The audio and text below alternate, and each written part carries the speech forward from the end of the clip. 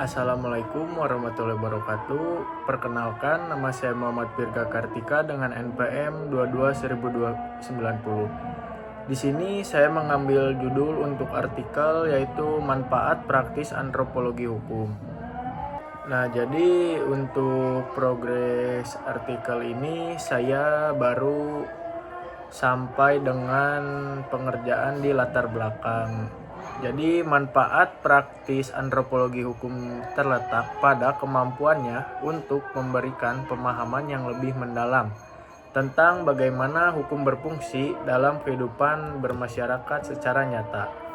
Nah, ini juga membantu mengungkapkan bagaimana hukum ini diterapkan dan diinterpretasikan dalam berbagai budaya, sehingga hukum ini tidak hanya menjadi aturan yang kaku, tetapi juga dapat beradaptasi dengan kondisi sosial budaya yang ada. Dengan demikian juga, antropologi hukum ini menjadi alat penting untuk menjaga keteraturan sosial dan menyelesaikan konflik secara efektif dan adil.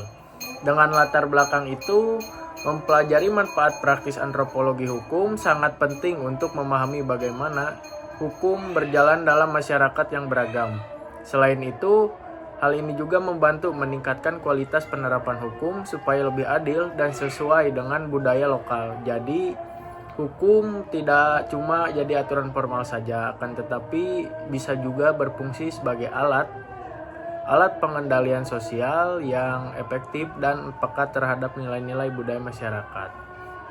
Selanjutnya, progres artikel saya ini, saya melakukan pengumpulan dan pemahaman materi dasar mengenai antropologi hukum, terutama fokus pada bagaimana hukum berinteraksi dengan budaya dan norma sosial dalam masyarakat. Saya juga mempelajari konsep pluralisme hukum, yaitu keberadaan hukum, adat, dan hukum negara yang berjalan berdampingan. Nah, setelah saya jelaskan tadi, saya juga menyusun latar belakang artikel ini dengan menjelaskan pentingnya antropologi hukum sebagai ilmu yang tidak hanya mempelajari aturan hukum tertulis, tetapi juga hukum sebagai produk sosial yang hidup dalam kebudayaan masyarakat.